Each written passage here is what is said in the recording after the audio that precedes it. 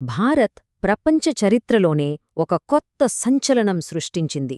ఇది మామూలు విషయం కాదండోయ్, మన దేశం సాధించిన ఒక అద్భుతమైన శాస్త్ర సాంకేతిక విజయమిది.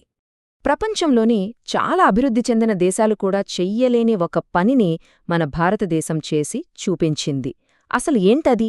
మన దేశాన్ని అంత ప్రత్యేకంగా నిలబెట్టిన ఘనత ఏంటి? ఆ టెక్నాలజీ వెనుక ఉన్న అసలు కథేంటి? ఈ ప్రశ్నకు సమాధానం ఎక్కడుందో తెలుసా?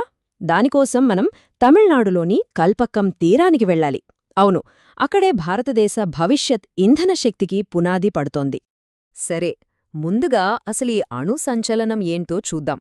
విషయమేంటంటే, కల్పక్కంలో ఉన్న ప్రోటోటైప్ ఫాస్ట్ బ్రీడర్ రియాక్టర్లో కోర్ లోడింగ్ అనే ప్రాసెస్ స్టార్ట్ చేశారు. సింపుల్గా చెప్పాలంటే, ఇది బండి స్టార్ట్ చేయడానికి కీ పెట్టడం లాంటిది. అంటే ఈ అణు రియాక్టర్ను యాక్టివేట్ చేయడానికి ఇది మొదటి చాలా కీలకమైన స్టెప్ అన్నమాట. ఒకసారి ఈ రియాక్టర్ పూర్తి స్థాయిలో పనిచేయడం మొదలుపెడితే దీని కెపాసిటీ ఎంతో తెలుసా? ఏకంగా 500 మెగావాట్ల విద్యుత్!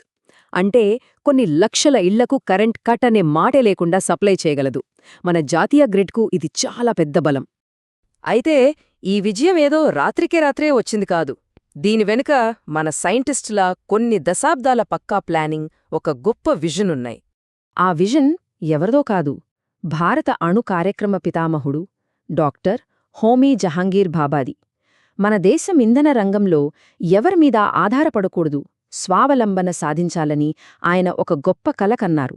ఆ కలే ఈ 3 దశల అణు ప్రణాళిక.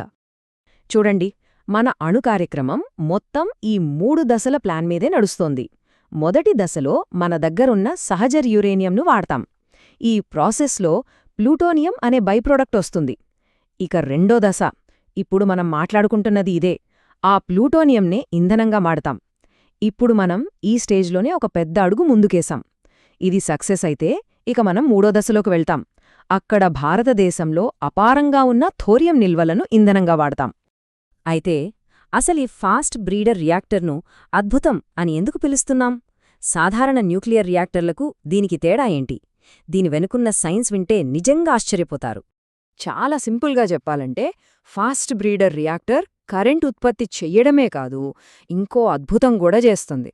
అదేంటంటే, అది తను వాడే ఇంధనం కంటే ఎక్కువ ఇంధనాన్ని స్వయంగా తయారు చేసుకుంటుంది. ఈ తేడాను కొంచెం జాగ్రత్తగా గమనించండి. మామూలు రియాక్టర్ ఇంధనాన్ని కేవలం వాడేసుకుంటుంది అంతే. కానీ ఈ బ్రీడర్ రియాక్టర్ అలా కాదు. ఇంధనాన్ని వాడుకుంటూనే కొత్త ఇంధనాన్ని తయారు చేస్తుంది.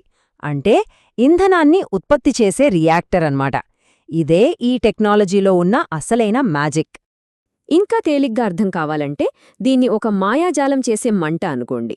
మనం మంట కోసం కొన్ని కట్టెలు వేశామనుకోండి, ఆ మంట మనకు వేడిని ఇవ్వటమే కాకుండా మనం వేసిన దానికంటే ఎక్కువ కట్టెలను తిరిగి తయారు చేసి ఇస్తుంది.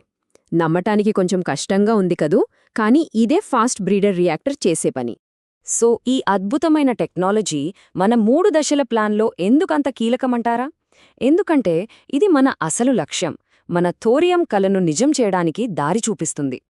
అసలు థోరియం ఎందుకంత ముఖ్యం? 1. భారతదేశంలో ప్రపంచంలోనే అతిపెద్ద థోరియం నిల్వలున్నాయి. కానీ రెండో పాయింట్ ఏంటంటే, థోరియంను నేరుగా ఇంధనంగా వాడలేం. దానిని యురేనియం 233 అనే ఇంధనంగా మార్చాలి. ఇక్కడే మన ఫాస్ట్ బ్రీడర్ రియాక్టర్లు హీరోల్లా వస్తాయి.